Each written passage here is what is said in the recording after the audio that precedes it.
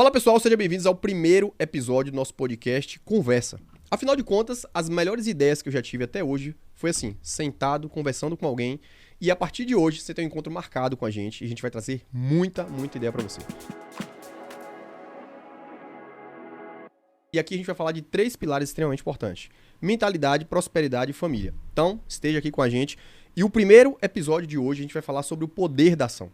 E nesse podcast de hoje eu vou compartilhar com vocês estratégias que a gente aplica no nosso dia a dia pra gente conseguir ter resultados mais rápidos do que a grande maioria das pessoas. E os hosts desse podcast são eu, Dr. Rafael, e Mônica, que é minha irmã e sócia de alguns empreendimentos. E é uma pessoa que vai na mesma velocidade que eu vou e é por isso que ela tá aqui do meu lado. E é isso, né? Bora lá. Eu sou irmã de Rafael, de irmã, sou sócia, né? Então a gente tem essa parceria aí de família, de trabalho há alguns bons anos, né, Rafael? E trabalhar com Rafael, ser sócia de Rafael, enfim, é uma verdadeira montanha-russa de emoções. Teve a ideia, bora fazer, topa, tô dentro, e tudo que ele cria na cabeça dele, eu me jogo junto com ele. E é assim que a gente flui, assim que a gente acelera. Por isso que a gente tomou a decisão de tomar e escolher esse tema, o poder da ação. Por quê? Porque eu conheço muitas pessoas que têm várias ideias. Em mesas, pessoas conversam e têm ideias. Mas o que muda o jogo da vida, o que muda os resultados que você vai ter na sua vida são as atitudes. Então, o poder da ação é um tema, para mim, que faz parte da minha vida. Ele, inclusive, faz parte desse projeto que se iniciou, né? A gente começou essa ideia há 2 anos atrás. E pela estrutura física, da logística de fazer o podcast acontecer, eu comecei a fazer lives aos domingos. Quem me segue no meu canal do Instagram, Dr. Rafael Vascular, já conhece que todo domingo eu tô há quase 2 anos falando sobre prosperidade, mentalidade e família. E a partir de hoje, a gente concretiza um objetivo. E para você entender que se você espera o momento certo para ficar pronto, as coisas não vão acontecer. Então, enquanto o podcast ele não se tornou uma realidade, como ela está se tornando hoje, a gente começou a agir lá no nosso canal do Instagram. Então, eu queria fazer uma pergunta para você, Mônica.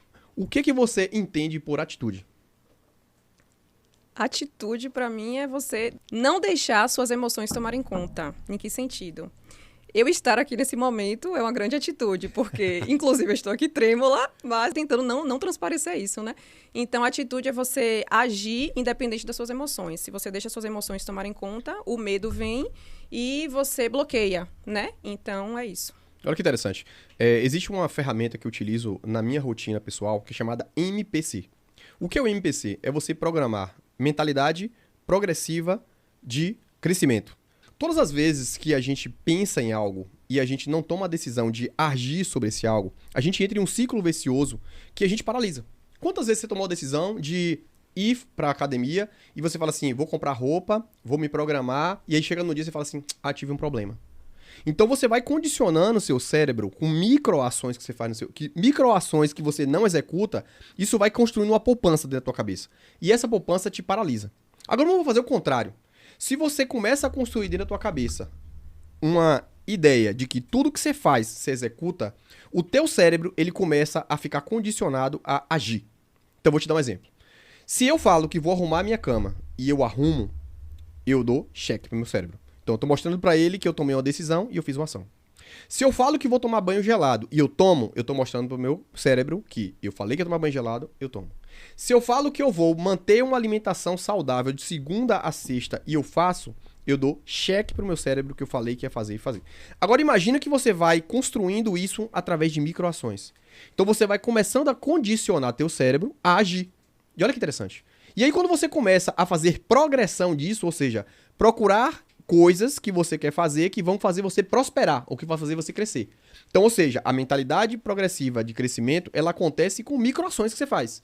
E o mais importante é que quando você entende que você começa com microações, o teu cérebro, ele começa a trabalhar a teu favor. A mesma coisa é o contrário.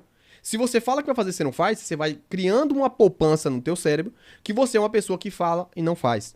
Então, as grandes atitudes, elas começam em pequenas atitudes. E é por isso que é um poder. É o poder da ação. O poder da ação, ele começa nas microatitudes que você toma no teu dia. Então, se você não condiciona, você acaba ficando para trás. Então, olha que interessante.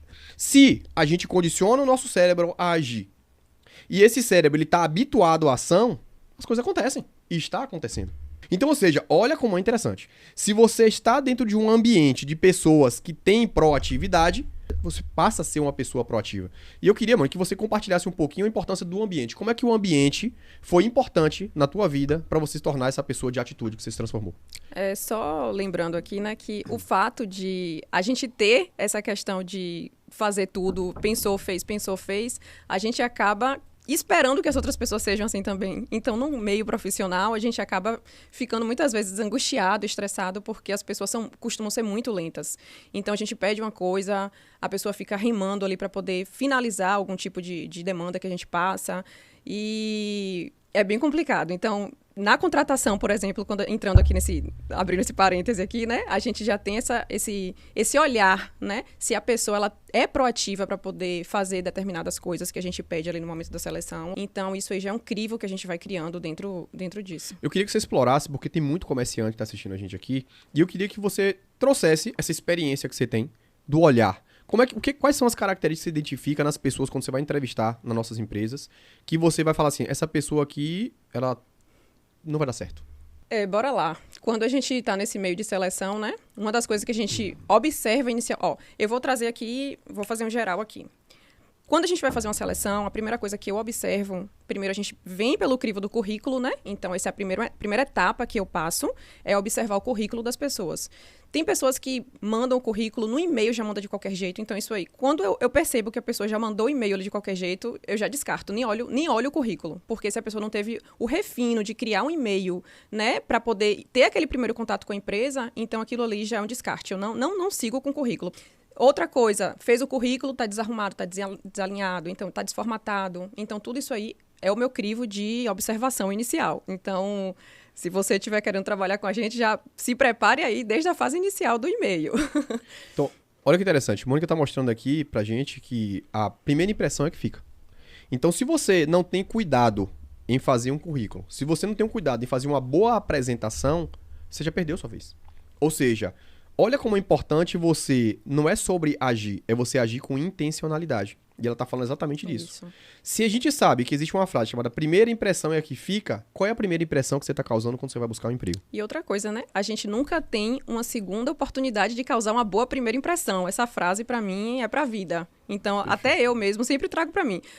Se eu vou nos lugares, eu tento estar melhor apresentável, porque eu tenho essa percepção. Poxa, se alguém me encontrar, eu não vou ter uma segunda oportunidade de causar uma boa primeira impressão. Você vai encontrar oportunidades na jornada. Agora eu quero que você não me enrole. Eu quero que você me fale o seguinte. A Mônica que você é hoje, em 2025, é a mesma Mônica de 2018? Nunca. Vamos lá. Nunca. E o que é que você acha que as pessoas que você conviveu nesse período e os ambientes que você frequentou impactaram nessa transformação que você passou?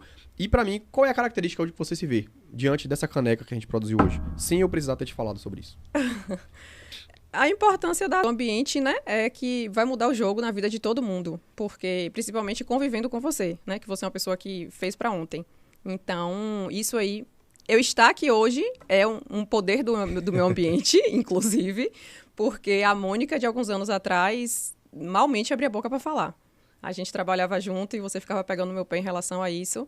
Então, não é nem só o fato do ambiente. O ambiente é extremamente importante. Mas se você não estiver disposto a aproveitar e estar nesse ambiente para poder mudar, não vai adiantar de nada. Porque, inclusive, alguns anos atrás, né? Eu não sei se você lembra, eu fiz um curso de oratória e o curso por si só não adiantava de nada. Então, eu estava num ambiente ali, você me colocou naquele ambiente também, de estar naquele curso de oratória. Se eu não tivesse agido dentro desse ambiente, nada teria acontecido. Inclusive, alguns meses atrás, eu recebi uma mensagem de uma seguidora de lá do curso, e ela me perguntando, Mônica, que incrível, como é que você está falando tão bem assim hoje em dia? O que você fez desde o curso da oratória que eu conheci ela lá? E eu falei com ela, foi ação. Eu fiz o curso, mas não foi só o curso, não adiantou o curso por si só. Então, eu pratiquei durante a jornada de quê? Decidi um dia, falei, não, a partir de hoje eu vou começar a treinar a minha oratória. Então, abri a câmera ali do celular e comecei a gravar stories durante toda essa jornada, desde 2021. Então, desde 2021 eu tenho treinado a minha oratória. Quando eu estava inserida em alguma reunião, eu sempre ficava travada. Então, eu comecei a me cobrar para poder falar nos momentos de reuniões. Nem que fosse só uma frase, Rafael sempre pegava no meu pé em relação a isso. Fale pelo menos uma frase e vá se desbloqueando. Então, a importância do ambiente, né, de eu estar ali do teu lado e você me colocando sempre para cima. Então, aproveitar o ambiente para poder você crescer junto, se impulsionar. Então, o que você trouxe pra gente aqui é que 3 coisas são importantes. Primeira coisa, você tem que estar no ambiente. Segunda coisa, esse ambiente tem que te patrocinar. Mas a terceira, que é a mais importante, que é você tomar a decisão. E partindo desse pressuposto, desse ponto, qual foi o ponto de inflexão, ou seja, o ponto de virada que você, mesmo no ambiente, mesmo tendo essa coisa de ter pessoas te incentivando, o que é que te fez virar a chave? Você falou que fez o curso de oratória, te deram as ferramentas, mas você não fez. Mas o que foi? Qual foi o start? Qual foi a mudança, virada de chave? A mudança foi uma live que eu assisti de JJ. Que ele falou naquele dia, teve um dia uma live que eu assisti, que ele falou assim, escolha um trambolho da sua vida para você eliminar. E aí eu tinha na minha cabeça que um trambolho que eu tinha era a questão da oratória, que eu tinha dificuldade de falar, tinha dificuldade de me expressar. E aí nesse dia eu gravei um stories, tenho até um destaque lá no meu Instagram, falando isso, falando, a partir de hoje, da data de hoje, eu vou eliminar esse trambolho. E a partir daquele dia, todos os dias, praticamente, eu comecei a gravar. Eu falava baixinho e hoje em dia já melhorei bastante. Ainda fico nervosa, mas já melhorei muito. Olha que interessante, né? Então, muita gente que está assistindo, e principalmente pessoas, né, que trabalham, que precisam se comunicar, né? A gente entende hoje que a internet ela é uma realidade, é um caminho sem volta. Só que o grande trave da internet é você ter proatividade. Porque você vai ter que botar a câmera na sua frente e você vai ter que começar a falar. E esse é o grande problema. Não sei se você sabe, o segundo maior medo da humanidade é de falar em público. Na verdade, não é falar, é falhar em público. E o medo de falhar condiciona as pessoas a não fazer. E o fato de não fazer condiciona teu cérebro a não ter atitude. Então, olha que interessante. Então, o poder da atitude, ele é algo que tem que ser semeado. Semeado nos ambientes, semeado nas pessoas, mas o mais importante, semeado na tua cabeça. Porque se tua cabeça não for condicionada a isso, você vai entrar num ciclo vicioso de não fazer. Isso vai impactar no teu crescimento profissional, no teu crescimento em tudo. E é aquilo que a Mônica falou, né? Se eu não me apresentar, as pessoas não vão me ver. Então, ou seja, você precisa falar. E o poder da ação, ele vai te ajudar a começar a falar. Então, você que está me assistindo, sabe que a internet é importante, e você não está fazendo por medo, esquece. Pare de ter medo de falhar em público. Porque o que vai te fazer ter sucesso é quantas vezes você falhou e foi melhorando. Então, é sempre melhor do que ontem e pior do que amanhã. Então, isso é um mantra que eu utilizo, né? Então, quando a gente tomou a decisão de fazer esse podcast, por mais louco, tipo assim, só quem vive com a gente que entende essas coisas. Talvez você que está assistindo aí, e é exatamente isso aqui, fez total sentido na escolha do tema. É para você entender que a gente não espera ficar pronto, a gente faz. E é fazendo que a gente vai ficando bom. Então você precisa construir isso na tua mente. É parar de ter medo de falhar em público, porque as pessoas vão falar mal de você, você fazendo ou não fazendo. Só que a diferença é que quando você começa a fazer, você vai começar a ter resultado com o tempo. E o resultado vai fazer as pessoas a quererem te olhar diferente. Vai fazer as pessoas te darem mais atenção. Porque uma pessoa sem resultado, ela não tem atenção. Infelizmente, a vida é assim. Então, se você se apresenta mal quando vai fazer o currículo, como a Mônica falou, as pessoas já vão te cortar. Se você não tem o cuidado de estar bem vestido, e quando eu falo bem vestido, não é usar roupa de marca, é tá, pelo menos, apresentável. As pessoas não vão te olhar. Mas são detalhes que você vai fazendo de forma intencional, na forma como você pensa, na forma como você age, que vai fazer as pessoas despertarem o interesse em você. Então, Mônica, eu queria aproveitar, né? E como eu te falei, é muita gente que assiste aqui no nosso podcast que é comerciante, ou médicos, ou pessoas que empreendem. Eu queria saber hoje o que é que você orienta para um empreendedor que quer contratar alguém. Quais são as características que ele vai tentar observar, seja na conversa ou no dia da entrevista, perguntas que você faz, o que é que você utiliza para saber se a pessoa sabe se comunicar bem. Você acha que a pessoa... O que é que você escolhe hoje? Um profissional que já tem todos os resultados ou uma pessoa que está verde, mas é proativa? Com certeza, que esteja verde e seja proativa. Ótimo. Então, quais são as características que você observa na entrevista que te fazem... Fala assim, essa aqui vai. Lembra da nossa secretária. No dia da entrevista, existe uma palavra lá que você fala assim, contrata por causa disso. Então, vai por aí, caminha e traz para o pessoal que está assistindo a gente para entender isso. A gente teve uma seleção aí que a gente fez, que a gente estava com dúvida, né, de 2 meninas, que a gente tinha gostado muito. Só que a gente sentiu ali que ela precisava do trabalho. E a outra não precisava. Precisava trabalhar, porque a gente precisa trabalhar, né? Mas a outra necessitava do trabalho. Então, aquilo ali foi um ponto que a gente tomou assim, poxa, se essa menina precisa do trabalho, ela vai valorizar mais o trabalho. Porque a gente teve experiências aí de pessoas que trabalhavam por trabalhar, mas tinha pai para bancar, tinha um suporte familiar muito alto, então não valorizava a oportunidade de estar ali naquele ambiente.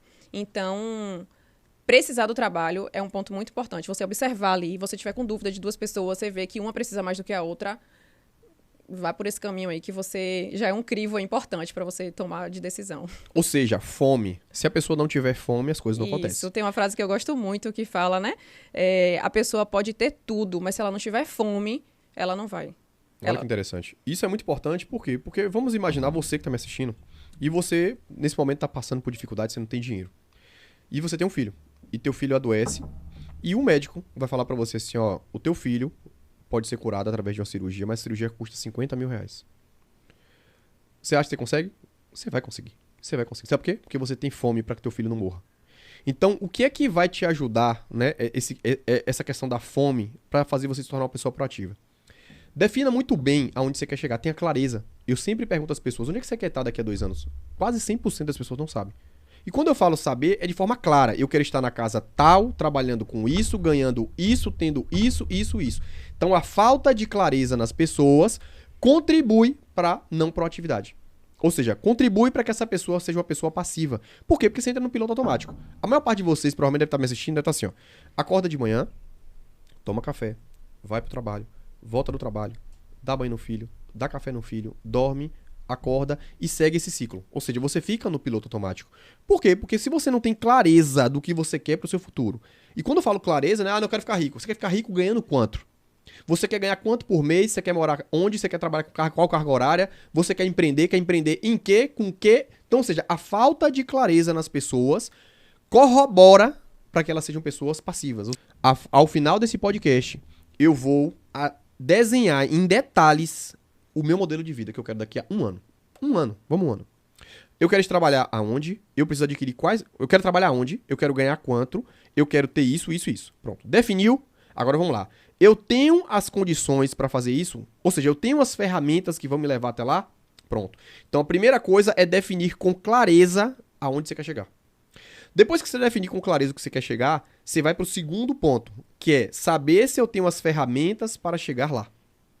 Se eu não tenho as ferramentas para chegar lá, eu tenho que buscar quem são as pessoas que têm para me ensinar como fazer. Esse é o segundo ponto. O segundo ponto é você respeitar que se você tiver a ferramenta e tiver a clareza, mas não tiver atitude, as coisas não vão acontecer. Quarta coisa, você precisa respeitar o tempo. Porque pode levar mais tempo ou menos tempo. E aí entra a pitadinha do sucesso, que é a intensidade que você coloca nas tuas ações. Então, revisando. Primeiro, clareza de propósito, ou seja, desenhe em detalhes tudo que você quer viver, a forma no detalhe. Se você quer casar, quem é o marido, quantos filhos, quanto você vai ganhar, qual a carga horária, o que você quer fazer, qual é a casa que você quer comprar, desenha e precifica cada coisa dessa.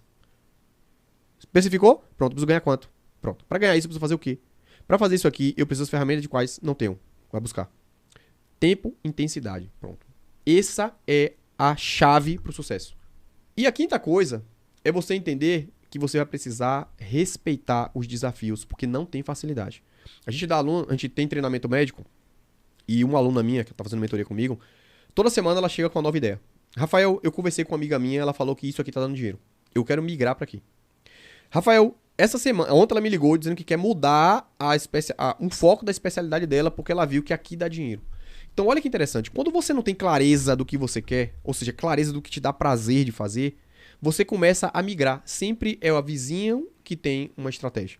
Tem uma aluna minha de 2 anos atrás, que ela falou assim, ó, ela queria se posicionar numa área, aí uma amiga dela também falou que dava dinheiro nisso, aí ela migrou pra lá. Aí ela queria ficar migrando.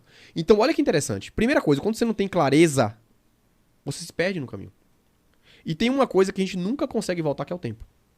E quando você não tem clareza, você perde tempo, porque você fica migrando, parecendo uma pessoa perdida. Então a falta de clareza te deixa perdido. E infelizmente, quando você começa a fazer e não dá certo, aí você começa a fazer o quê? Eu vou ligar o piloto automático. E aí você volta para aquele ciclo. Acorda de manhã, trabalha, faz isso, dorme. Faz isso, e vai ser aquele ciclo. E aí você fala assim, por quê? Porque eu tentei e deu errado. Então olha que interessante como a importância da clareza muda o game. Perfeito? A grama do vizinho sempre é mais verde, né? Mas ninguém Exatamente. sabe o que é que o vizinho passou para poder a grama dele ficar verde. Perfeito, perfeito. Quando você tomou as decisões de fazer tudo que você fez, você tinha certeza de alguma De coisa? absolutamente nada. Para quem não sabe um pouquinho da minha história, eu formei engenharia civil e no meio do caminho aí eu comecei a trabalhar com o Rafael ainda enquanto eu estava na faculdade. Então, só que chegou um momento da minha carreira, né? Peguei o diploma, estava atuando na engenharia civil e trabalhando com o Rafael. Mas chegou um momento da minha vida que não dava mais. Eu tinha que decidir qual caminho ia seguir. E decidi seguir com o Rafael. Então, sem certeza de nada. Mas sempre acreditei muito, né? No nosso projeto. E sempre me doei muito no trabalho que eu exercia. E sempre me dou muito. Então, isso é uma coisa que eu observo muito nas pessoas, né? O quanto ela se doa ali. Então, isso também é até um crivo que eu observo nas pessoas, né? A vontade de querer fazer. Pronto, e olha que interessante, né? A gente começa a entender e começa a amplificar esse poder da ação aqui agora. Por quê? Porque a gente entendeu que a clareza te faz agir. Mas é a fome que te faz agir mais. Então, a gente precisa entender que se a gente quer ter sucesso, a gente precisa mostrar para os outros que a gente é uma pessoa assim. Por que acontece? Eu falava isso muito com a Mônica no início. Ela fazia as coisas, mas não mostrava. E eu falei assim, ó, eu sou uma pessoa extremamente ocupada, eu tenho infinitas funções ao longo do dia, assim como você tem, mas no nível de hierarquia, eu tô aqui, você tá aqui. Só que eu não tenho tempo pra ficar olhando o que você faz, eu quero que você me mostre o que você faz. Então, olha que interessante, eu tenho que também ter ação pra mostrar às pessoas o que eu tô fazendo. E a gente tem muito aquilo, né, de não querer mostrar o que tá fazendo pra não as pessoas não acharem que você tá querendo se exibir ou coisa do tipo. Então, eu deixava muito de mostrar as coisas pra não achar que eu fazia porque eu achava que eu tinha que fazer, e enfim. E eu vejo que, quando eu falo com as pessoas aí, você precisa mostrar, que hoje em dia eu uso essa frase, inclusive, né? Você precisa mostrar que você tá fazendo pra poder ver que você tá fazendo. Senão você vai fazer no off ali, que o óbvio precisa ser feito, mas, né, se você não mostra o seu plus, inclusive, ninguém vai saber. E aí, é isso. Exatamente, olha que interessante, né? A gente entra aqui num dilema que é uma corda muito tênue disso. Entre você ser prepotente e você ser contundente. O que é prepotente? É quando você quer ser melhor do que o outro. Isso é prepotência. Contundência é quando você mostra para as pessoas o que você é. Porque, mais uma vez, as pessoas não vão saber. Vou dar um exemplo. Eu sou médico cirurgião vascular, eu atendo paciente da Bahia inteira, e a palavra que dita, né, quando faz o check-in lá no meu consultório, pergunta assim, o que é que fez você tomar a decisão de marcar a consulta com o doutor Rafael? Qual é a resposta? Coragem. Ó, coragem. Confiança. Confiança, ela tá nervosa. Confiança. Confiança. E a confiança, ela vem da forma como você fala, da forma como você apresenta, da forma como você faz a pessoa sentir, né? Então, tudo que eu faço no meu dia, ele condiciona pra isso. E eu comecei a perceber. E foi aí que eu comecei a construir... Eu comecei a tomar decisões de construir mais ainda microações no meu dia. E aí eu faço a loucura. Aí eu boto 0 açúcar, eu boto 0 álcool. Por quê? Porque eu entendi, enquanto mais eu aprender a gestão de crise...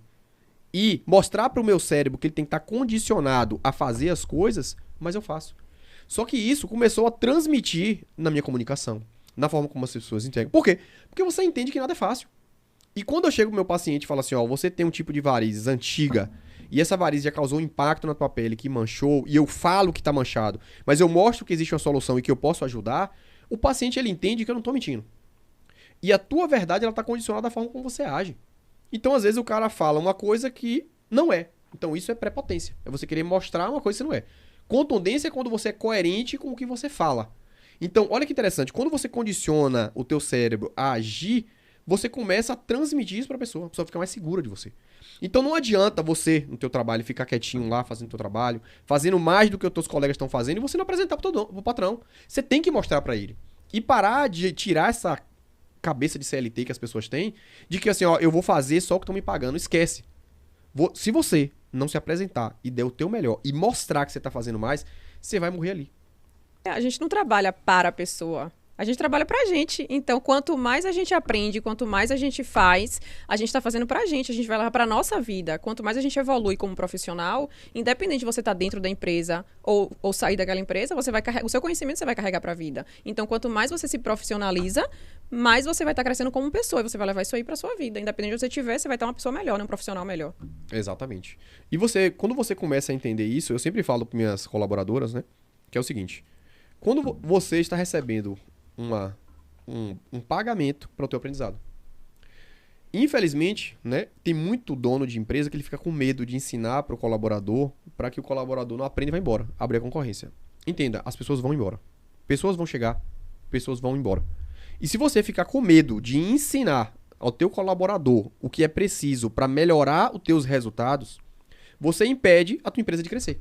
Esse é o primeiro ponto.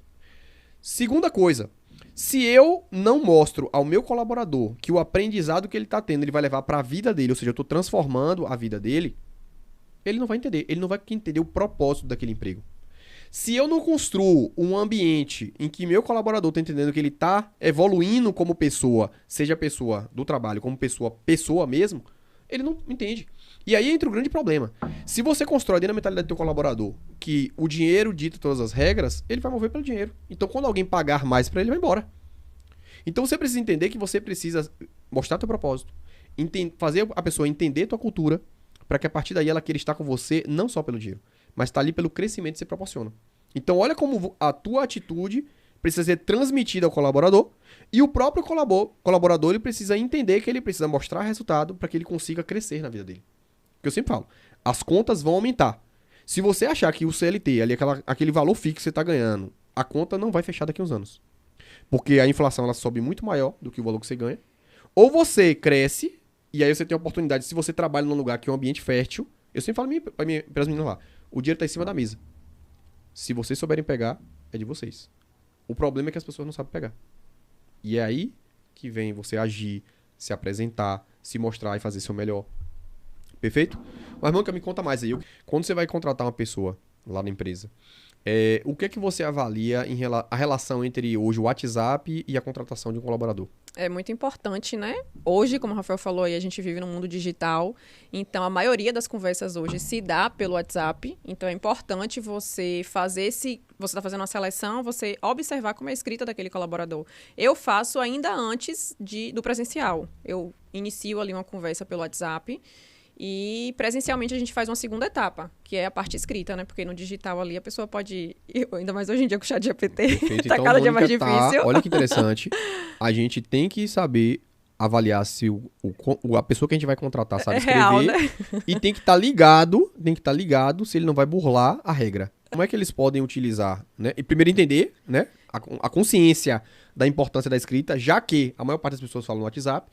E qual é a ferramenta que você utiliza hoje na contratação para ser eficiente nisso e para evitar, né, os golpes de usar a internet para corrigir. Porque enfim. Contratação, enfim, já é muito desgastante, né? A gente, inclusive, está precisando aumentar o nosso quadro e diante de tanto desgaste que é para fazer contratação e de ter pessoas desinteressadas, porque hoje a gente nem quer uma pessoa pronta, a gente só quer uma pessoa que esteja interessada em aprender. Não acha. Inclusive, a gente fez uma entrevista a última vez, convoquei 5 meninas, nenhuma apareceu.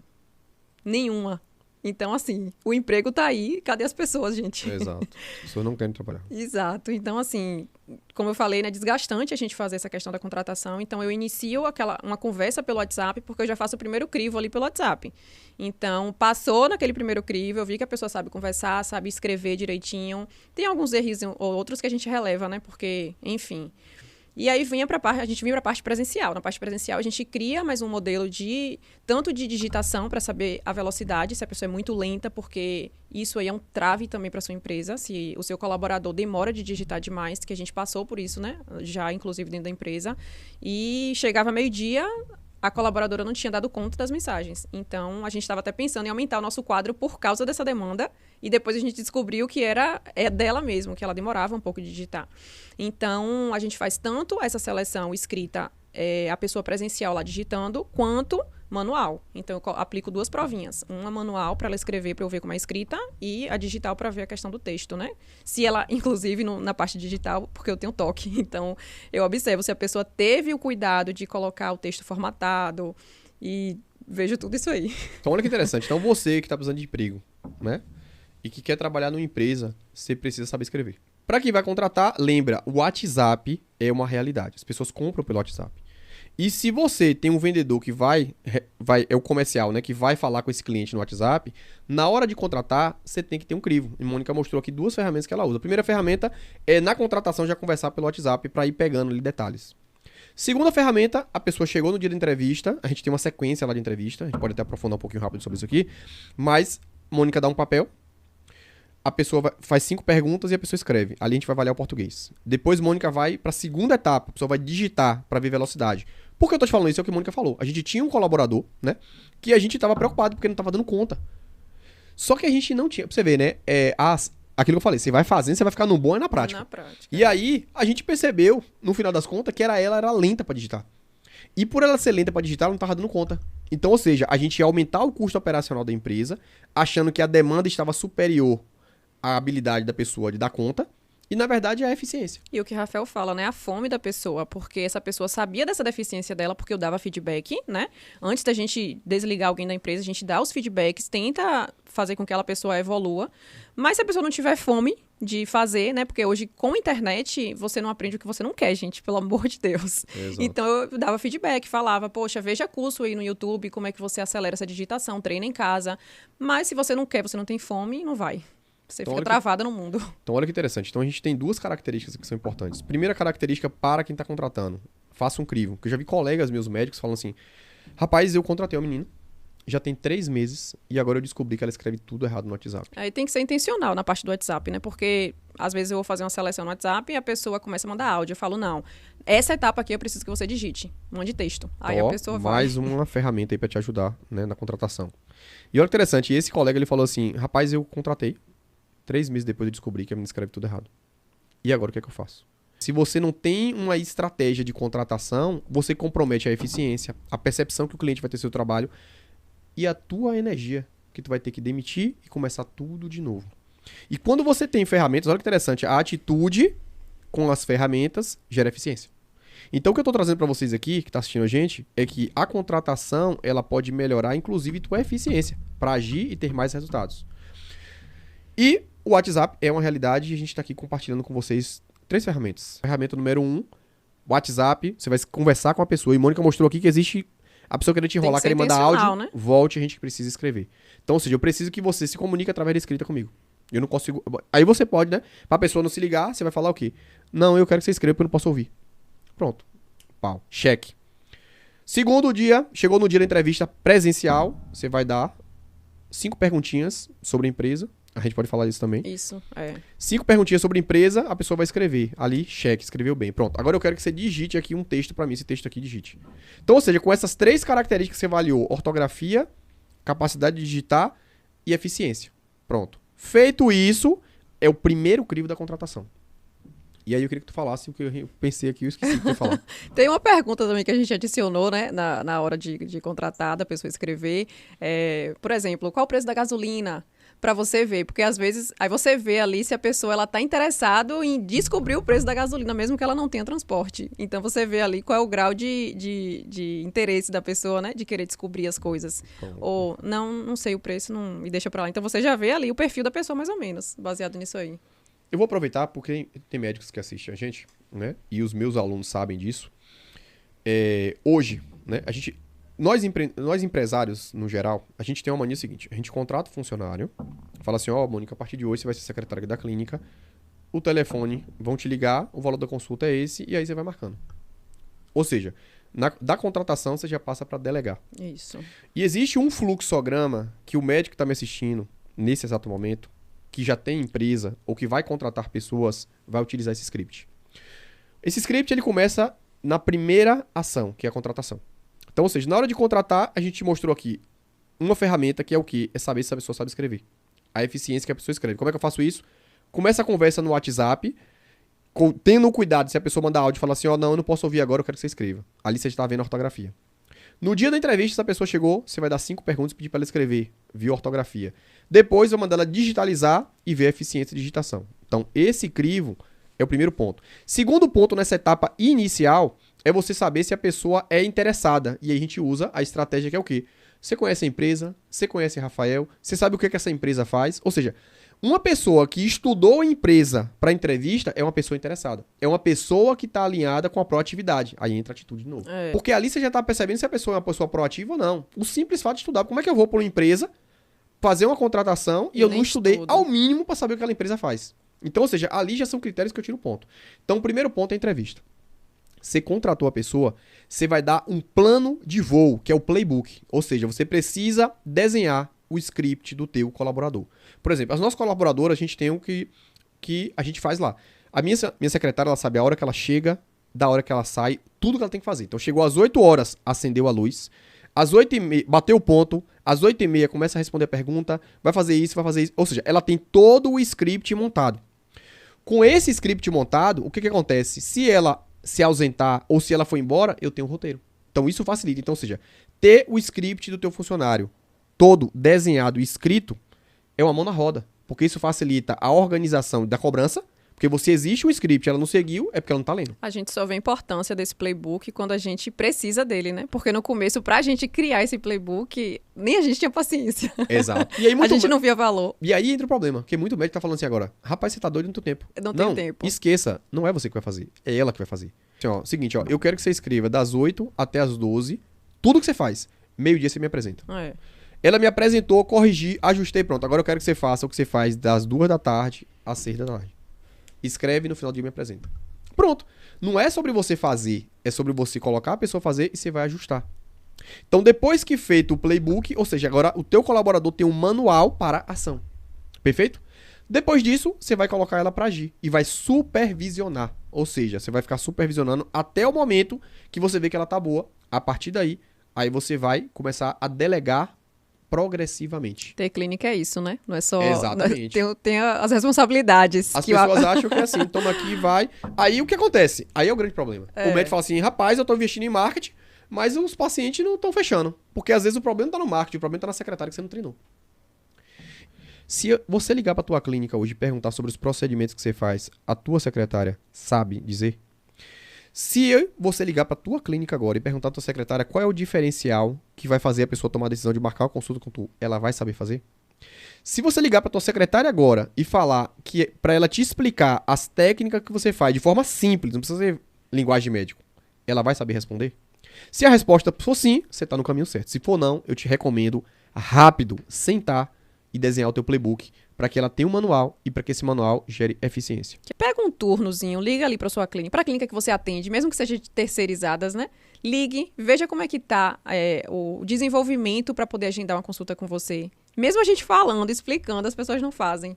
E quando a gente fala, né, não adianta só você entrar no VXR, não adianta você entrar no curso e não fazer nada, não aplicar as ações que a gente ensina.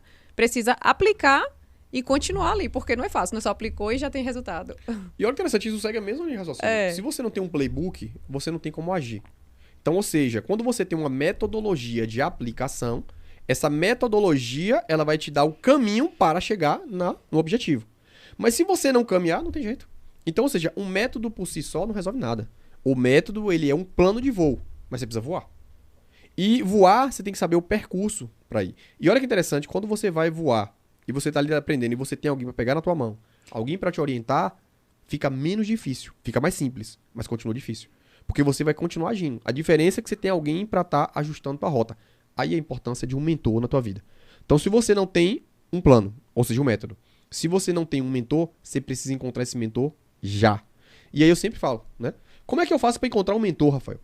Você tem que identificar 3 características nele. Primeira característica, essa pessoa chegou no resultado que você está buscando. Segunda característica, essa pessoa tem um método para replicar os resultados que ela tem. Terceira característica, extremamente importante, essa pessoa tem didática para te ensinar a aplicar o método para chegar no resultado que você busca. Se a resposta for sim, existe uma tendência que esse mentor ele vai te ajudar a ter os resultados. Mas lembra, a responsabilidade sempre é sua.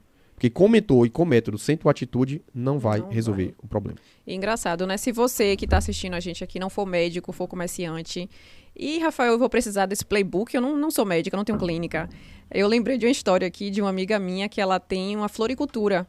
E aí, eu encomendei um buquê de flores com ela. E esse buquê não chegou do jeito que eu tinha encomendado da outra vez. Ou não, minto, que eu vi na foto do Instagram. Aí ela pediu desculpa, falou, amiga, desculpa, porque a pessoa que fez não fui eu. Eu tenho o meu jeito de fazer, mas a funcionária não fez do mesmo jeito. Aí eu peguei, inclusive, expliquei pra ela. Eu falei, poxa, é importante você criar um método de como fazer cada tipo de arranjo. Você tem um caderninho explicando passo a passo. Então, o playbook se aplica pro comerciante também. Perfeito.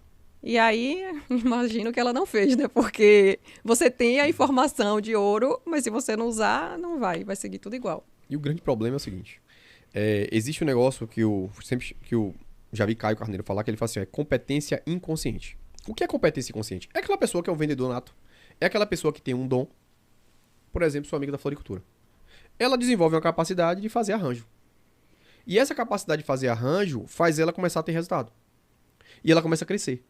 Só que ela começa a ter uma demanda maior do que a capacidade dela de entrega. Aí ela começa a contratar.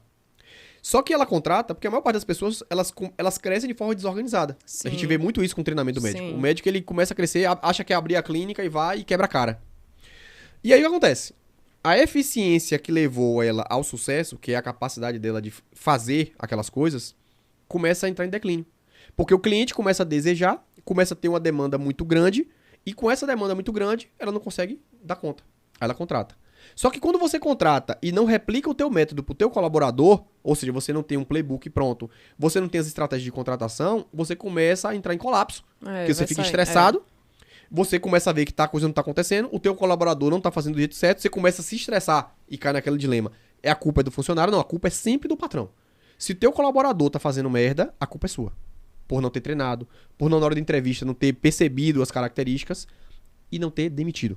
Saber a hora de demitir, né? Porque se você tá treinando ali e continua naquele erro, chegou a hora. E a gente tem um crivo que é bem doido lá na clínica, que assim, 7 dias eu já sei se presta ou não presta.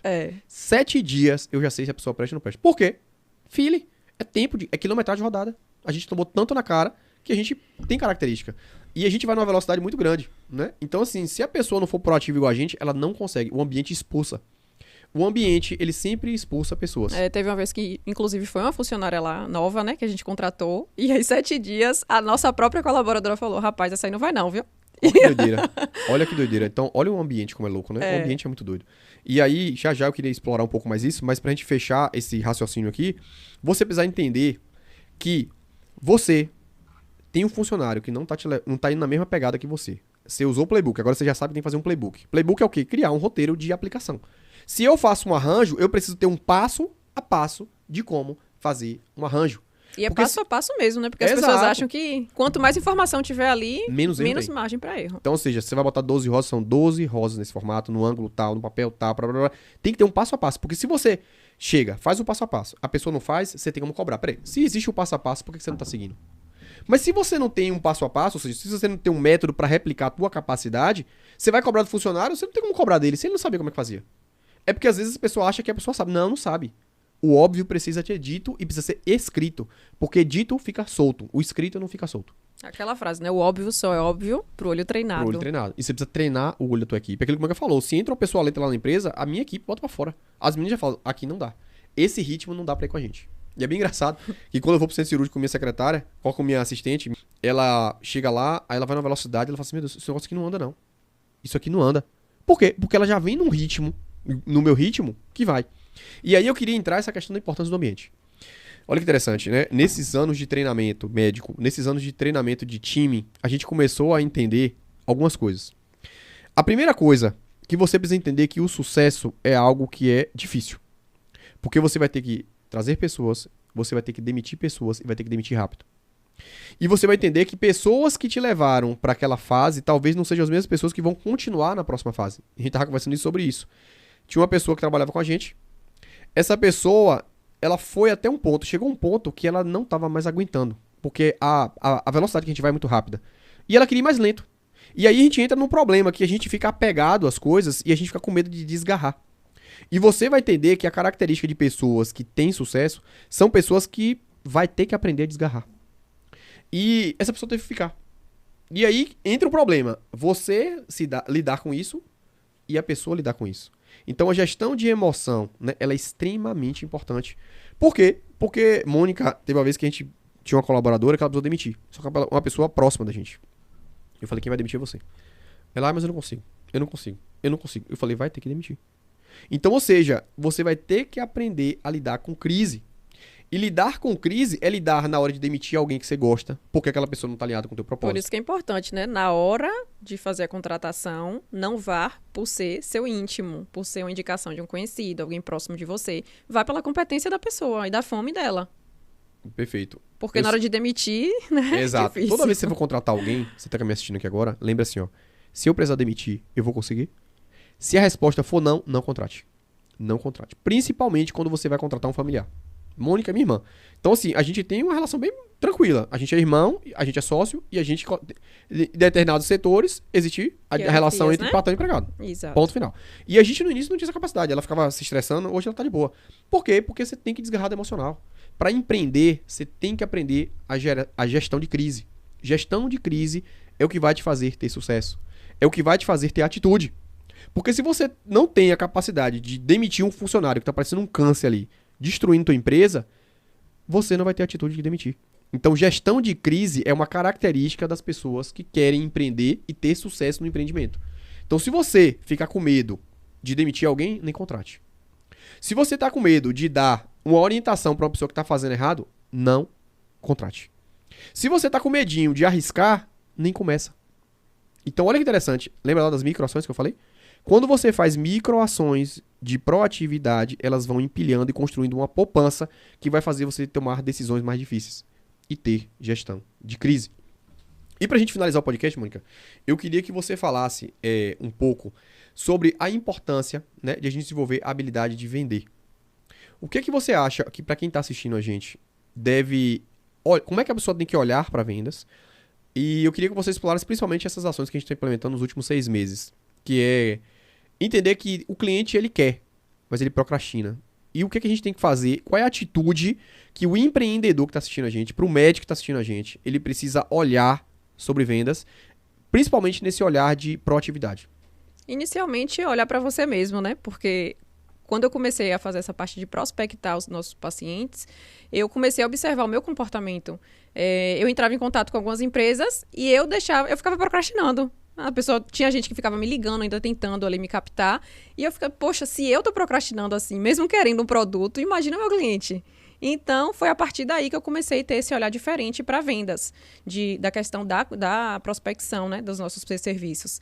Então, é importante você entender que se você entrar em contato, né, primeiro que as pessoas oferecem o serviço e nem fazem um pós-venda de captação, né? Isso aí já é comum, as pessoas não fazerem isso. Então, entenda a importância de você oferecer um serviço para o seu cliente, se você é médico, oferecer para o seu paciente, se você é vendedor, oferecer para o seu cliente final.